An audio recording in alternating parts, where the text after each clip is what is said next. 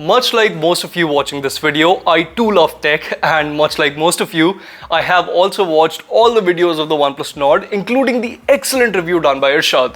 Now, in his review, Irshad pointed out that the Nord is just a fantastic smartphone for a lot of buyers, and I completely agree with him. The Nord just works, and it is undoubtedly one of the best phones you can buy between 25 to 30,000 rupees. But that doesn't mean that the Nord is void of any competition. In fact, if you look at the Realme X2 Pro, then this smartphone, out of all the phones that I'll be comparing the Nord to against in the coming weeks, this phone poses the most legitimate threat to the Nord's dominance. So, in this video, I'll be comparing the Realme X2 Pro and the OnePlus Nord end to end to see which one is a better buy for you guys. But guys, if you're new here, do consider subscribing to our channel and press the bell icon so that you don't miss out on any quality tech content that Mr. Phone puts out. Now that you've done that, let's get on with the full comparison between the OnePlus Nord and the Realme X2 Pro.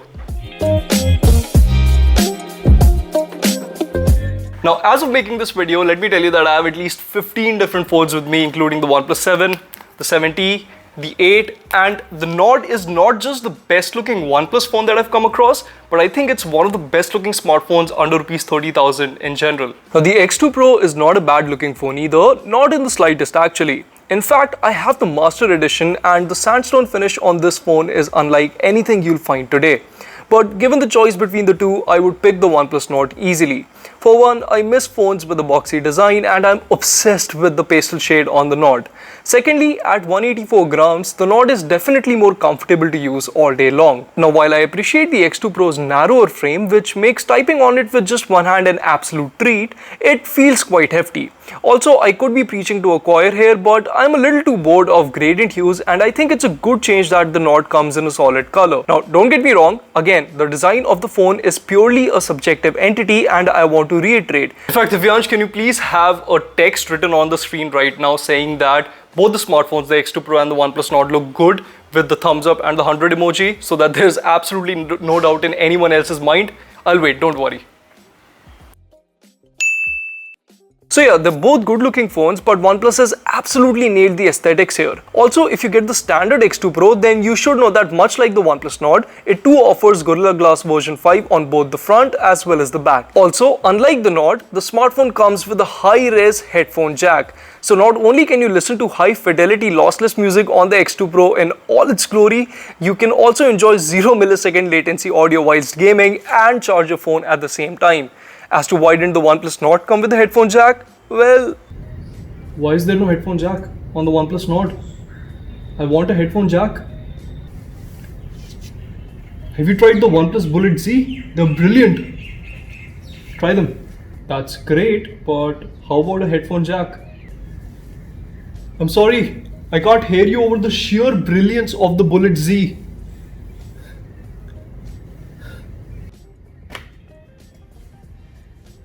Now, jokes aside, I'm sure there was some logical reason as to why the OnePlus Nord does not come with a headphone jack, but the fact remains that without the headphone jack on the Nord, OnePlus has everything to gain. I mean, think about it. If you want a pair of wired earphones, then you have the OnePlus Bullets Type-C. If you want wireless earphones, then you can choose between the OnePlus Bullets Wireless Z or the OnePlus Bullets V2, and now they even have a pair of truly wireless earbuds, so... Now that's not all, because the X2 Pro also comes with a stereo speaker setup which not only sounds richer, but it also offers better instrumentation as compared to the mono-firing speaker on the OnePlus Nord. So if you listen to music, or let me rephrase, if you breathe, then the X2 Pro is clearly a better buy. Now the OnePlus Nord does come with slightly tighter haptics, which in my opinion makes it a better phone to type on. The difference here isn't day and night, and the X2 Pro also offers very satisfying tight feedback, but the one on the OnePlus Nord is slightly more nuanced. You also get an alert slider with the Nord, which is quite useful, and it will let you seamlessly switch between different sound profiles. Unfortunately, neither of the two phones come with expandable storage, so think twice before getting the 64GB variant of either of these two handsets. I'd say get at least 128GB of storage SKUs of both the phones to avoid any storage woes down the line. Now display wise, the Realme X2 Pro comes with a 6.5-inch Full HD Plus Super AMOLED panel which refreshes at 90Hz. Now as for the OnePlus Nord, this phone comes with a 6.44-inch display with a Fluid AMOLED display technology, Full HD Plus resolution, and this display also refreshes at 90Hz. Now when it comes to the peak brightness, both the phones can go up to 1000 nits, however the peak auto brightness for both the phones is around 700 nits only. The 1000 nits surge is for select HDR content on the smartphones. Now regardless, these are really impressive specifications and it shouldn't come as a surprise that the viewing experience is excellent on both the phones. The blacks appear dark, the contrast ratio is excellent, and both the panels support Widevine L1 so you can stream content in HD from Netflix and Prime. Also, I faced no issues using either of the two phones outdoor, even under harsh sunlight, and the touch sample rate of both the displays is on par with one another too, so the screens are equally responsive here as well. Now that being said, while the two phones also support HDR10 playback, you will get HDR support for Netflix only on the Nord right now and not on the X2 Pro. Now on the flip side, the Nord situation is slightly better on the X2 Pro since the OnePlus Nord comes with a wider punch hole owing to its dual front-facing cameras. Also, while you get a really customizable always-on display with the Realme X2 Pro with support for a dozen different clock faces, you will only get an ambient display with the OnePlus Nord. Now what's the difference, you might ask? Well, as its name suggests, the always-on display will be on your screen 24/7 when you lock the phone, but you'll have to tap the display of the Nord or raise it to view the ambient screen. Now, truth be told, these are fairly minor differences, so for the most part, you'll find the display on both of these phones equally impressive. Now when it comes to the biometrics, both the handsets offer an in-display fingerprint sensor and facial recognition. Now I've never faced any problems with the biometrics on any OnePlus or Realme phone for that matter, and the same is true here as well. Both the devices offer extremely accurate fingerprint sensors and can scan your face and get you in the home screen in the blink of an eye too. I did notice that the OnePlus Nord was a little slow in turning on the display after the phone had recognized my fingerprint, which can be chalked off to its slower SoC. But it's a very minor difference and it's most certainly not a deal breaker. As for the sensors, both the phones come with all the necessary sensors including ambient light sensors, a gyroscope, an electronic compass or a magnetic induction sensor. Consequently, you will be able to check your orientation in apps like Google Maps on both the phones without any fuss. Now, if you're a performance nut like me, then you'll want to get the Realme X2 Pro over the OnePlus Nord because not only does this phone come with a much more powerful Snapdragon 855 Plus processor, but it also comes with UFS 3.0 storage. The OnePlus Nord, on the other hand, gets UFS 2.1 storage, which does impact its app load times a bit. For memory, both the devices get LPDDR4X memory and you can max out both the phones with up to 12 GB of RAM. Now it should come as no surprise then that the Realme X2 Pro is just a much better phone in this department and the benchmarks tell the same story. Be it Antutu or Geekbench or even Androbench for that matter, the X2 Pro benches much higher as compared to the OnePlus Nord. Even if you look at gaming, then you can pretty much max out the settings on popular games like PUBG and Call of Duty on the Realme X2 Pro, with PUBG being playable at HDR and Extreme. The gameplay on max graphic settings is top-notch too, by the way, and there were no lags or rampant frame drops even after gaming on the phone for over 40 minutes. The Nord, on the other hand, only supports HD and high as it stands, so even with the settings set to smooth, you still won't get 60 FPS PUBG gameplay on the phone. Now, as Rashad mentioned in his review, the phone might get an update down the line to support smooth and extreme, but currently, you will be limited to 45 FPS gameplay of PUBG on the OnePlus Nord. So does that mean that the Nord is a bad performer? No, not at all, and in day-to-day usage, there was rarely any difference between the two phones.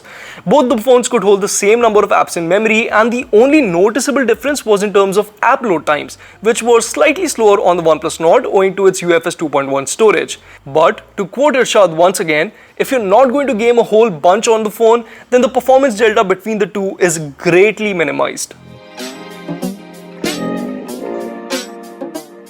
Now, the hallmark feature of any OnePlus smartphone is that it comes with Oxygen OS, and you will get the exact same thing with the OnePlus Nord, which is based on Android 10. Now, if you've seen Rashad's review, then he rightfully mentioned that this time around, the OnePlus Nord comes with Google's Comm Suite, so it's not using OnePlus's own dialer and messaging app. Now, don't worry, you can still record calls, but the phone announces it to both the callers this time around. Other than that, the software experience on the OnePlus Nord is as clean as you can expect it to be, which means no irritating apps or bloatware. Also, you get a lot of customization tools with the OnePlus Nord, and the OnePlus launcher is quite possibly the only baked-in launcher which supports third-party icons from the Play Store. This is a very big deal for me. Now, as for the Realme X2 Pro, you'll get Realme UI on top of Android 10, but the software experience leaves a little to be desired. For one, the browser app pushes random news articles and the phone even comes with a bunch of bloatware. Now, I wouldn't call it unusable, but I definitely prefer OnePlus's skin here. When it comes to security, the OnePlus Nord comes with July security patch. However, the X2 Pro is yet to receive that update and is currently on June security patch. Now, barring these differences though, both the custom skins draw quite a few parallels and come with all the Android 10 staple features like a dark mode, navigational gestures, built-in app lock to encrypt your personal files, and call as well as screen recording. Now, in the end, this section purely comes down to personal preference, since some people, like me, prefer a cleaner approach, whereas others like added utilities like an assistive ball or a built-in theme store. So the OnePlus Nord is fueled by a 4115 mAh battery, which with the screen set to 90Hz offered me a screen on time of around 5.5 hours. Now, the Realme X2 Pro on the other hand comes with a slightly smaller 4000 mAh cell, but with the display set to 90Hz, this phone also offered me a screen on time of around 5.5 hours. So both the phones will last you the same. However, the Nord only offers 30 watt wired charging, whereas the X2 Pro comes with a 50 watt wired charger in the box, which charges the phone completely in just 35 minutes. So if you want really crazy fast charging speeds, Realme's offering is the way to go. Now, as for call quality, I tested both the phones on Airtel's postpaid SIM and got similar network coverage. The call quality on both the devices was to my liking too, so no complaints here either.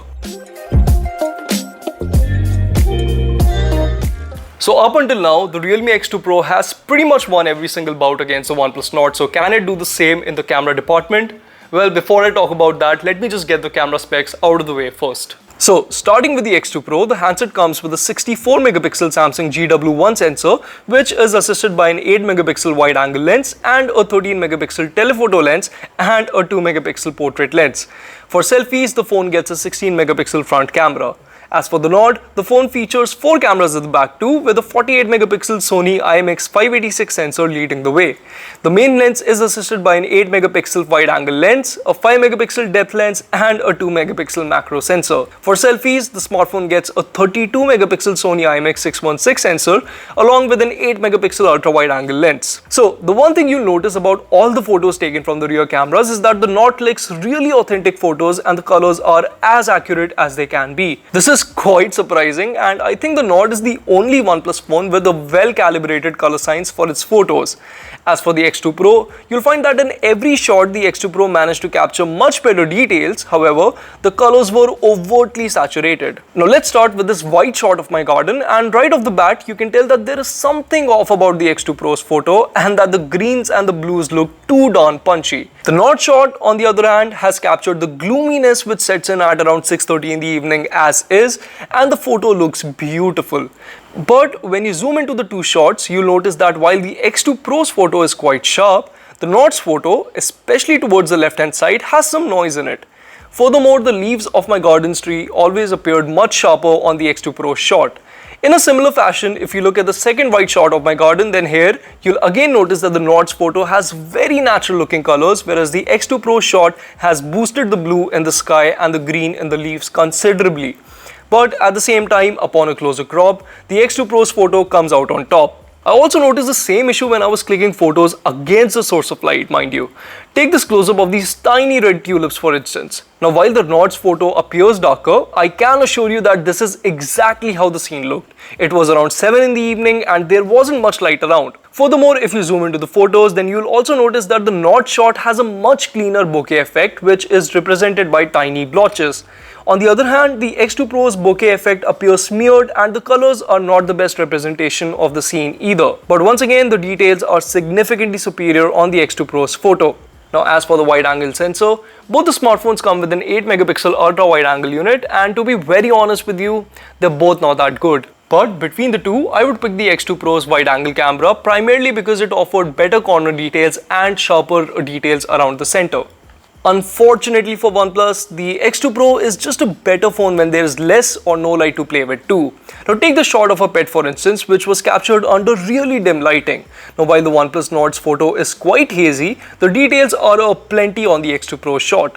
Now same goes for the low light photos too, and while the shots from the Nord and the X2 Pro were on par with one another with the night mode disabled, the X2 Pro managed to output a much brighter and detail-rich scene with the night mode enabled. The same is evident if you zoom into the gate of my house or the trees adjacent to the lamppost, wherein the X2 Pro shot just has a clearer definition of the objects and the smartphone has tackled lens flaring better too. Now while you could go either way with the daylight photos, the X2 Pro is undoubtedly the clear winner when it comes to selfies. Sure, the OnePlus Nord comes with a wide angle camera up front, which is great for group photos, but that's about it really. The X2 Pro's daylight selfie had much better details and color science, and this is despite offering a 16 megapixel camera as compared to the Nord's 32 megapixel sensor. So be it my skin tone or the details in my hair, the Nord selfie is playing up the HDR effect a little too much in my opinion. Portrait shots net a similar result, and while the X2 Pro managed to create a neat bokeh around my face, there are some weird artifacts on the Nord selfie shot. Even in low light, the flash through from the X2 Pro is just much better as it covers the entirety of my face and even helps light up the background a bit, whereas the Nord's low light selfie is just a dark mess. Now when it comes to close-ups, both the smartphones are actually capable of clicking some really good photos, but I would just prefer the OnePlus Nord's photo here for two reasons. Firstly, if you look at the shot of the red flower, then here you'll notice that the Realme X2 Pro's over-the-top color science has blotched the reds quite a lot. Now the OnePlus Nord is also not the best at defining the reds, but still the details are much better when compared to the Realme X2 Pro's photo. But if you look at the close-up of the pink flower, then here you'll notice that the photo on the OnePlus Nord actually exhibits much more authentic looking colors, and it also has a much nicer, more convincing, should I say, bokeh effect around the edges, which is not the case on the Realme X2 Pro shot. Now when it comes to high-res photos though, the Realme X2 Pro is just the clear winner here, and here you'll notice that not only does the shot have more details on the Realme X2 Pro's photo when you zoom into the image, but you'll also notice that it has resolved highlights much better as compared to the Nord's photo, wherein if you zoom into the right hand side of the photo, then you'll notice that the sky is just too overexposed. I also don't like how the Nord's photo has darkened the shadows, which is evident if you zoom into the tree's bark. So yeah, for high-res photos, I would pick the Realme X2 Pro. Now, in terms of videos, the Nord's 1080p 30fps clip was a little more to my liking, but before I talk about that, here are the samples. Okay guys, so this right here is a 1080p 30fps sample from the OnePlus Nord and the Realme X2 Pro. So the footage from the Nord should be on your left, and the one from the X2 Pro would be on your right. Now, both the videos are being shot handheld, obviously, and do let me know in the comments below which footage do you actually like more. Do you like the one from the Nord or the X2 Pro? Also do let me know how do you think the shift and dynamic ranges on both the smartphones and the audio captured from the built-in microphone as well. So as you can probably tell, the Nord's footage was slightly more stable as compared to the X2 Pro, and it handled jumping from a bright scene to a dark scene more elegantly too. The audio output was louder from the Nord's footage as well, and it did a better job of cancelling background noise like the chirping from the birds. That being said, currently the Nord can't do 4K 60 FPS, so if you want to record videos in that resolution and frame rate, you'll have to pick the X2 Pro.